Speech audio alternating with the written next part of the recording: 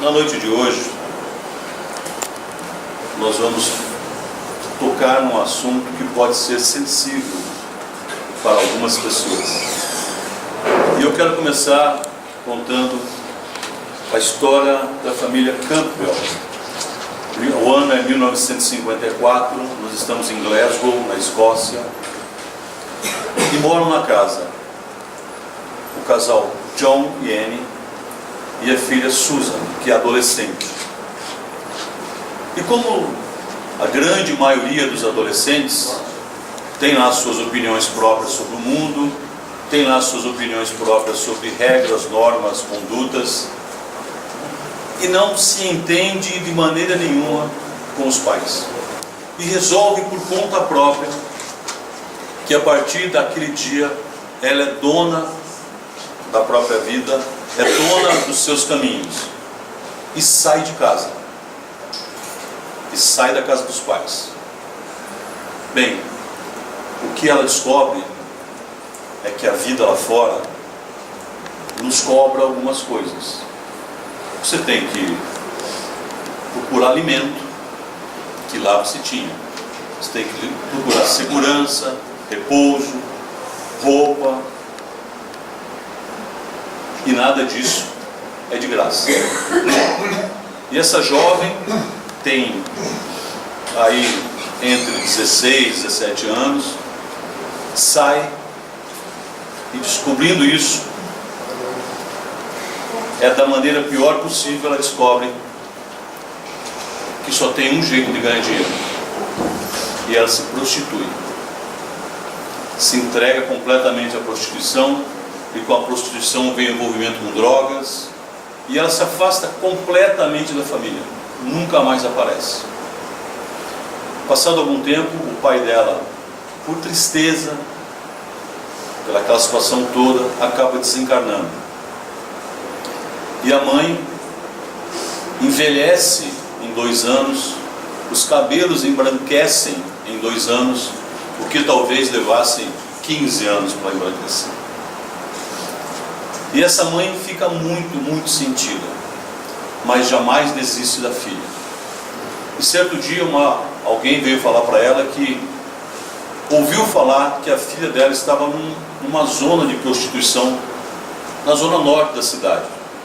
Essa mãe vai até esse lugar, um lugar perigoso, procurar a filha, mas não acha a filha em lugar nenhum. O que ela faz?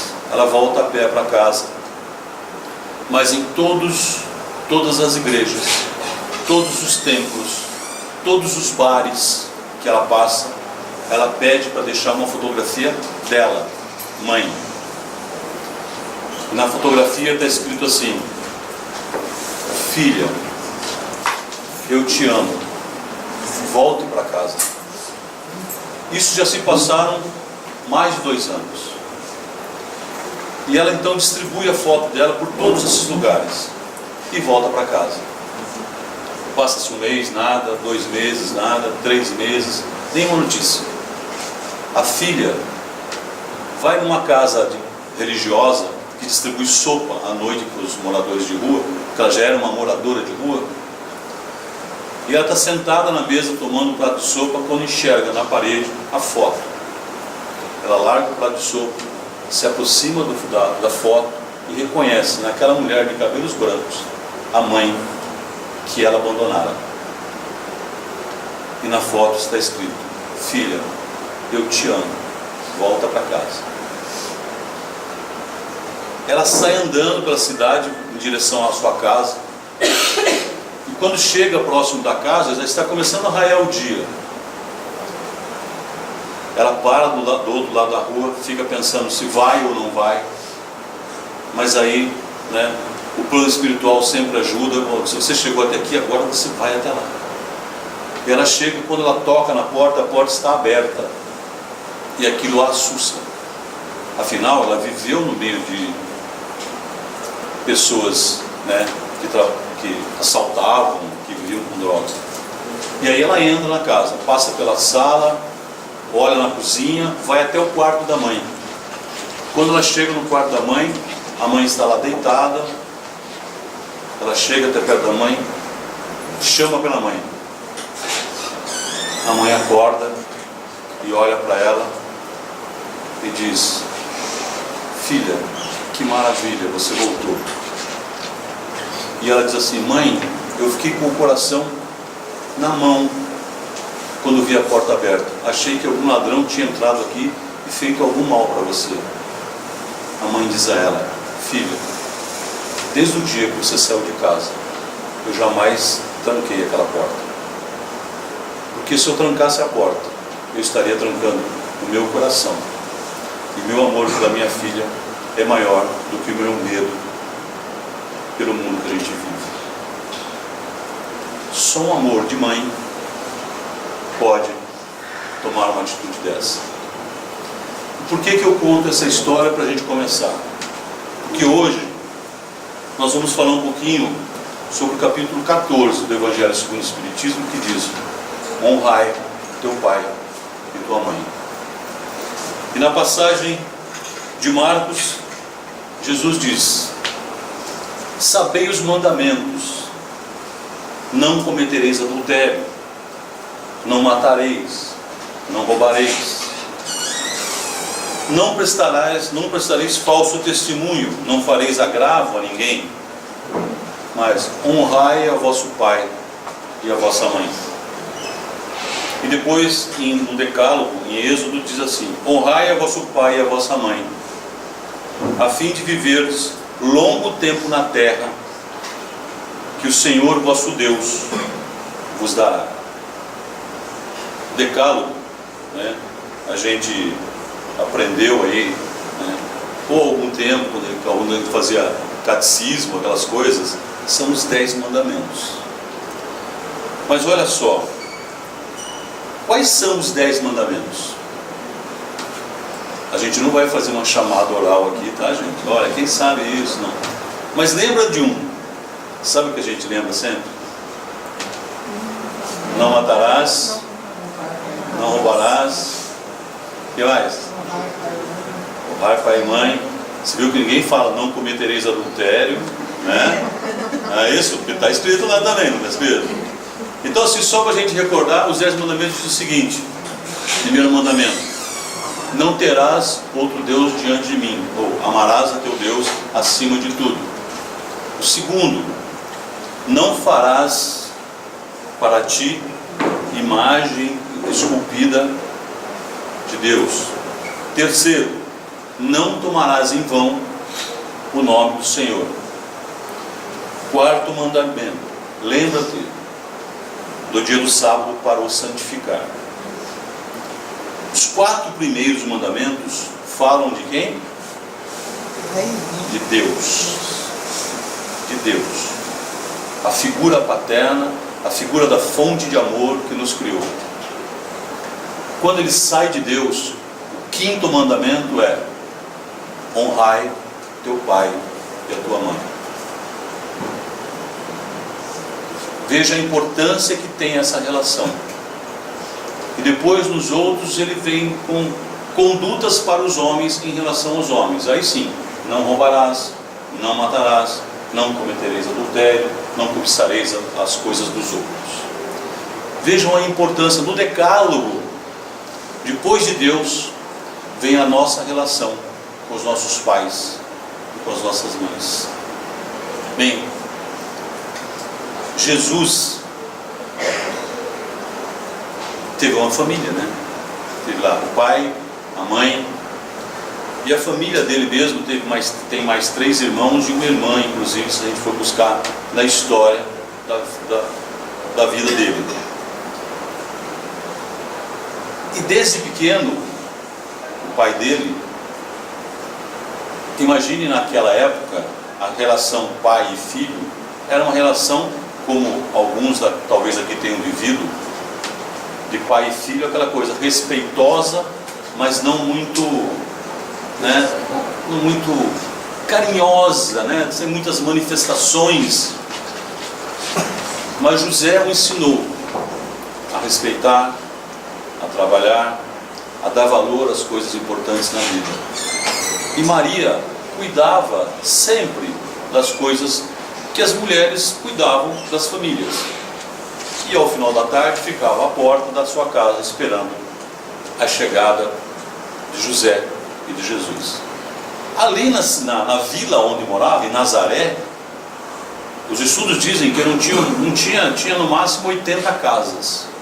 Eram vilas pequenas, eram camponeses, né? Então pensa, 80 casas, a gente fizer uma conta rápida aí, 4 moradores por casa, 300 pessoas, 320, 350, que muito provavelmente no prédio que a gente vive hoje tem mais gente do que tinha em Nazaré. Então a relação de Jesus com os pais era muito próxima, era muito conviver, era muito aprender, e disso ele levou muito para a jornada dele posterior. E a importância deles era tão grande, foi tão grande na vida de Jesus, que quando ele estava pregado à cruz, nos seus últimos momentos, numa das 7 frases que ele diz: mãe, eis aí teu filho, filho, eis aí a tua mãe. Estava ao pé da cruz Maria, mãe dele, o seu melhor amigo João e Maria de Magdala. Nesse momento, e ele conhecendo aquela cultura, ele deixa a mãe, porque José já tinha desencarnado essa época, ele deixa a mãe aos cuidados do melhor amigo.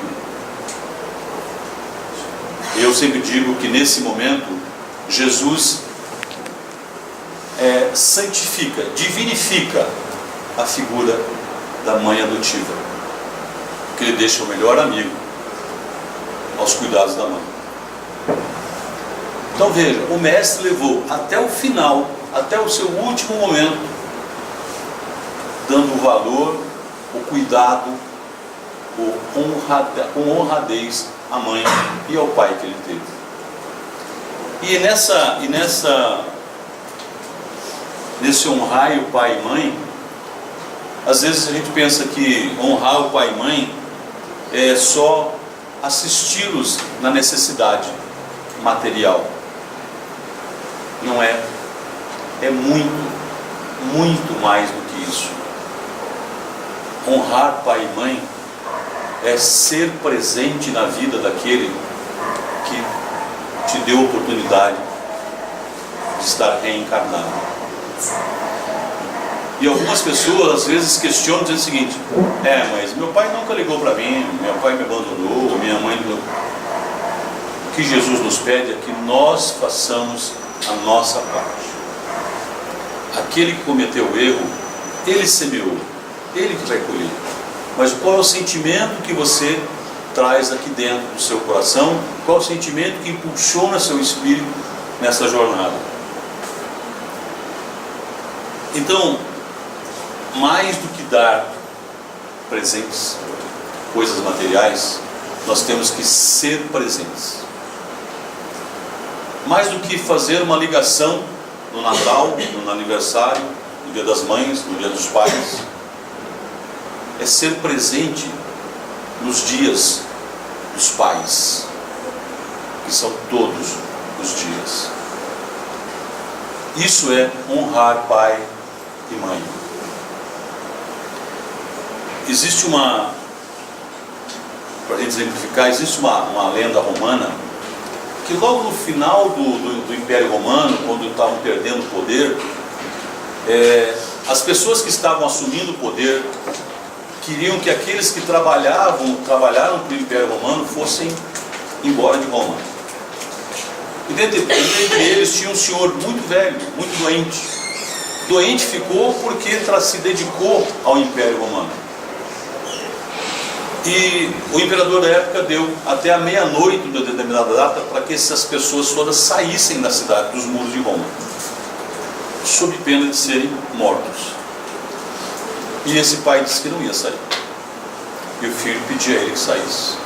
Ele disse: filho, eu não vou conseguir sair, eu não vou conseguir nem chegar até os portões, eu vou ficar aqui e vou sofrer as consequências. O filho disse: não, pai, eu jamais deixaria acontecer isso com você. O filho então pega no colo o pai e sai caminhando pela cidade. E as pessoas que veem aquilo entendem o que está acontecendo. E por onde eles passam, as pessoas aplaudem e incentivam, porque ele começa a ficar cansado no sol escaldante e na distância. E ele começa a ficar com receio de não ter tempo suficiente de atravessar o portão. Mas as pessoas o incentivam. Aqueles que determinaram que fossem mortos, aqueles que não saíssem, admiram da janela sem se manifestar. E esse jovem leva o pai através do portão. Mas além de levar o pai através do portão, ele tinha que chegar até o rio, pegar um barco e se afastar. E ele leva até esse barco. Simbolicamente, se nós trouxermos para as nossas vidas, nós talvez tenhamos pais, mães, avós, que precisem desse nosso colo, do nosso braço, para atravessar uma porta, para ser ouvido. Porque quando nós éramos pequenos, nós recebemos atenção. Aí os filhos começam a crescer, vêm os netos, e aqueles anjos que nos receberam começam a ficar de lado, porque já tem dificuldade para andar, começam a repetir a mesma história para a gente, tem dificuldade para comer. Mas vejam, quando éramos pequenos, nós tínhamos dificuldade para andar, nós repetíamos a mesma coisa um monte de vezes, nós derrubávamos comida na mesa, e em momento nenhum nós fomos isolados num canto. É isso que Jesus nos pede, que a gente valorize. Ah, mas o meu pai ou a minha mãe, ela está com doença, está com Alzheimer e não reconhece. Mas você sabe que ele é seu pai, que ela é sua mãe. O seu espírito sabe disso. E antes que você, deixe de lado, ninguém está vendo, que eu estou fazendo isso, só moramos nós, ninguém está vendo. Você está vendo. E nós sabemos, quando nós estamos fazendo algo que não é o mais correto. E quando a gente vai fazer algo que não é o mais correto, vai dizer algo para alguém que não é bom, a gente olha para um lado, olha para o outro. Para quê? Para ver se não tem ninguém vendo, para ver se não tem ninguém nos ouvindo. Mas nós deveríamos olhar era para cima, porque alguém lá em cima nos vê, nos ouve, nos conhece naquilo que ninguém nos conhece. Porque aquele que criou o nosso espírito conhece o nosso espírito na essência. E o que ele nos pede é: vamos respeitar esses espíritos que já chegaram a outra ponte, a outra ponta da ponte da vida. Eles vão precisar dos nossos braços, como esse jovem fez com o pai dele lá em Roma. Quantos passos nós estamos dispostos a dar com os nossos pais, com os nossos avós? Ou a gente vai considerar que eles são um peso, que estão pesando muito na minha vida? E deixa, o tempo se encarrega, para cada um pensar como é que a gente se relaciona com os nossos pais. Tem uma parábola de Jesus muito conhecida, que é a parábola do filho pródigo. Acho que muitos aqui devem conhecer. Mas rapidamente, naquela parábola em que todos nós pensamos no filho que abandonou o pai, porque ele chega para o pai e diz o seguinte: pai, me dá a minha parte da herança que eu vou ganhar o mundo. E isso naquela época era uma ofensa imensa. O pai podia, por lei, mandar matar o filho. Porque quando você pede ao seu pai que divida as coisas com você, já divida as coisas dele, você está dizendo assim: você já está indo mesmo? Me dá a minha parte. É assim que aquela cultura enxergava. Mas aí o pai amorosamente fez o quê? Deu a parte dele. E o filho saiu para o mundo, igual a nossa amiga lá de Glasgow. Gastou tudo que tinha, torrou todo o dinheiro. Acabou. Aí ele precisou de dinheiro. O que ele fez? Foi procurar trabalho, e deram trabalho para ele cuidar de porcos. Cuidar de porcos para um judeu é pior que condenar à morte. Mas a comida que ele ia comer era a comida dos porcos, que não é lavagem, tá, gente? Que a gente serve para os porcos aqui. É uma fruta, é um fruto que eles secam para dar para os porcos, mas para o ser humano é intragável aquilo. Olhem só, o que é o filho pródigo? Eu me afasto de Deus, e aí começa a faltar na minha vida amor, faltar harmonia, faltar paz. Aí eu chego no fundo do poço, só tem um caminho a fazer: procurar Deus novamente. Mas tem um outro filho nessa história que ninguém conta, que não aceitou a volta do irmão. E olhem só, imaginem aquele pai, quantos dias ele chegava, olhava para a estrada e via: cadê meu filho? Será que está voltando? Será que está voltando? Mas esse filho que ficou com ele dizia o seguinte: não aceitou, questionou o pai, que o pai mandou fazer uma festa para o irmão mais novo, e ele estava sempre junto, cumprindo todas as regras, todas as normas, nunca recebera nada do pai. Nós nos portamos, às vezes, como filho mais novo e como filho mais velho, e os dois estão errados. Os dois são pródigos. Um é pródigo em se desfazer das coisas ou ser atraído pelas coisas materiais, e o outro é pródigo em egoísmo. Na realidade, os dois são pródigos em egoísmo. E o egoísmo, segundo o Livro dos Espíritos, pergunta 913, é a raiz de todos os males e de todos os vícios. E às vezes o que nos afasta dos nossos pais, quando eles começam a já ficar mais idade, ou às vezes nem tanto, é o mesmo sentimento, é o egoísmo. Porque num determinado momento eu sinto que eu sou mais inteligente do que ele. Meu pai não sabe nem mexer em tecnologia, em celular, em nada. Mas você não sabia andar de bicicleta, e ele te ensinou. Você não sabia escrever, e ela te ensinou. Você não sabia se vestir, e ela te ensinou. Você não sabia fazer higiene pessoal, e eles te ensinaram. Mas chega um determinado momento da vida, nós crescemos, nos julgamos o suprassumo da criatura humana, a inteligência suprema, e achamos que aqueles seres já idosos são um peso nas nossas vidas. E isso dói de uma maneira que talvez nós não entendamos no nosso momento de egoísmo. Eu posso contar para vocês com muita tranquilidade, e não é nenhuma vantagem nisso, eu convivi com a minha bisavó. Meus filhos conviveram com ela, então eles tiveram tataravó. Mas o meu avô,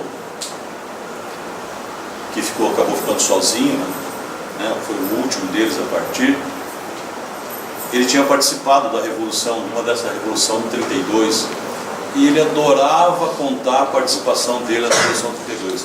Mas a história era sempre a mesma. Eram as mesmas pessoas, os mesmos nomes, e ele adorava contar aquilo. E às vezes contava até mais de uma vez no dia para a mesma pessoa. Mas sabe quanto tempo durava aquela história que ele contava? Uns 4, 5 minutos. Mas ele contava aquilo, e você olhava para ele e via que ele se sentia: olha, alguém me escutou, alguém me ouviu. E sabe quanto eu gastava da minha vida? 4, 5 minutos. Eu podia dizer assim: ô vô, De novo você vai contar isso para mim? Imagine como isso ia machucar, como isso ia doer. E às vezes nós não percebemos, mas a gente faz isso. Ah, mas eu já te ensinei a mexer nesse computador. De novo? Eu vou ensinar, mas é a última vez. Lógico, é claro que nós aqui que estamos numa casa espírita não fazemos nada disso. Nós já estamos elevados espiritualmente, né? Mas é bom que de repente a gente conhece alguém e a gente, né, orienta, não é mesmo? Então assim, esse honrar o pai e a mãe não é elevar, não é construir estátuas, castelos, buscar nesses sites, nessas lojas, aquele quadro enorme com a história da família, do seu sobrenome, mandar enquadrar e entregar para o seu pai ou para a sua mãe. Aquilo não é o que eles esperam. Eles não querem ter, eles querem ser pessoas, espíritos reconhecidos nas nossas vidas. E nós precisamos tomar cuidado para que a gente não vá pela correria,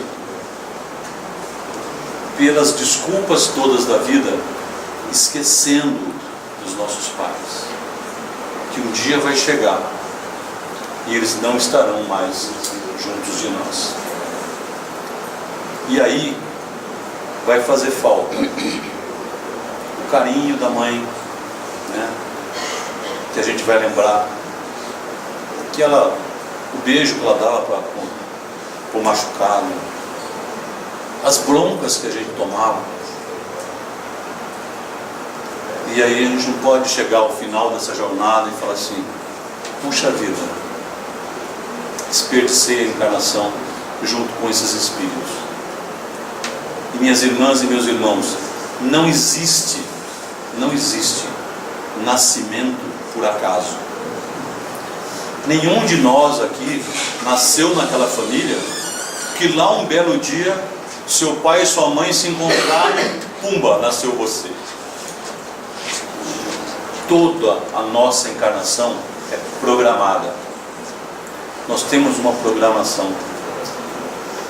A gente vem para cá e eles têm também. E nós nos reconhecemos no mundo espiritual e sabemos que depois de tantos anos eu vou entrar na vida dessas pessoas. Só que a gente vem para cá.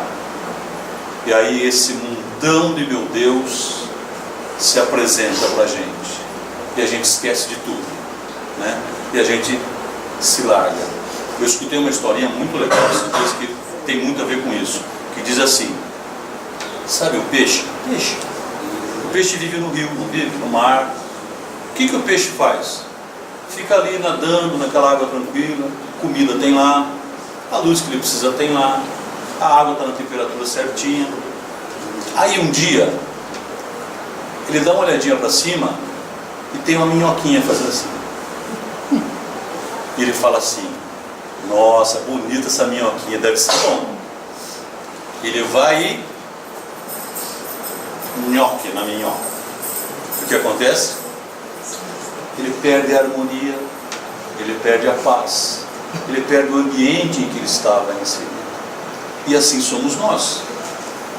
Às vezes, as minhoquinhas do mundo material começam a se mexer e a gente esquece daquilo que tem mais valor na nossa vida. E a gente se entrega a essas minhoquinhas e perde esse tempo que nós temos para conviver com as pessoas. Bem, então o que Jesus nos pede não é que a gente construa um monumento aos nossos pais. O que Ele nos pede é que a gente dedique o maior sentimento a eles, que é amor. Que é amor ao próximo que está mais próximo da gente, que combinou com a gente, que vinha junto para a gente aqui. Bem, certa vez numa escola, pediram para as crianças desenhar e escrever qual o melhor presente que eles já tinham ganho na vida.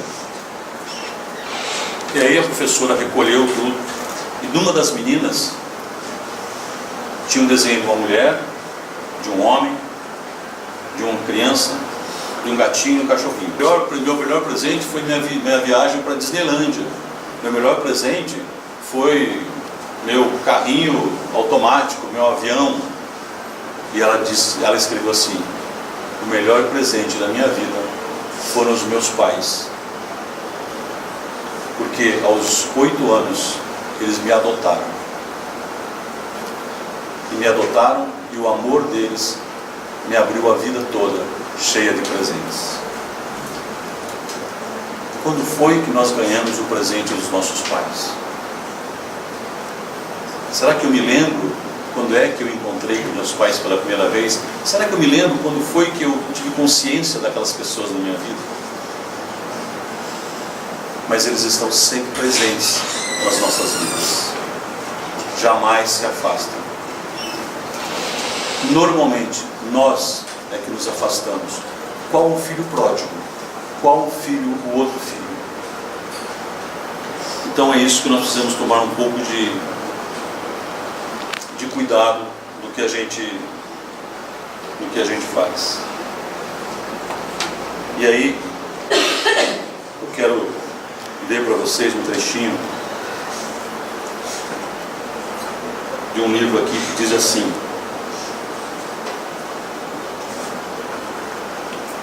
o tempo, passando inexoravelmente, vai deixando aquele anjo com cabelos brancos. Seus passos começam a titubear, suas mãos já não seguram com tanta firmeza o talher que leva o alimento até a boca. A comida teima em cair. Deus, por que um anjo envelhece afinal? Agora necessitado, esse anjo muitas vezes implora por uma palavra de compreensão pelas suas limitações físicas. Suas asas já não o deixam alçar grandes voos. Precisa sempre de alguém a seu lado para ampará-lo, para ouvi-lo, para acarinhá-lo, e sente-se abandonado ao vento por aquele que veio à luz através dele.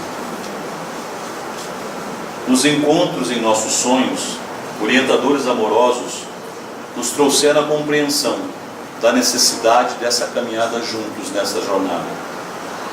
Esses espíritos que nos precederam para abrir os caminhos, e após a chegada ao final da jornada, devemos olhar para os céus, agradecer a Deus pela oportunidade da encarnação e os pais recebidos, e se for o momento, dizer: obrigado, meu Deus, logo nos encontraremos de novo. Bem, para a gente ir encaminhando para o encerramento, nós temos que pensar sempre e trazer sempre no nosso pensamento, com certeza, todos nós temos em algum lugar aqui dentro, guardadinho, a lembrança de um momento com esses anjos que nos precederam.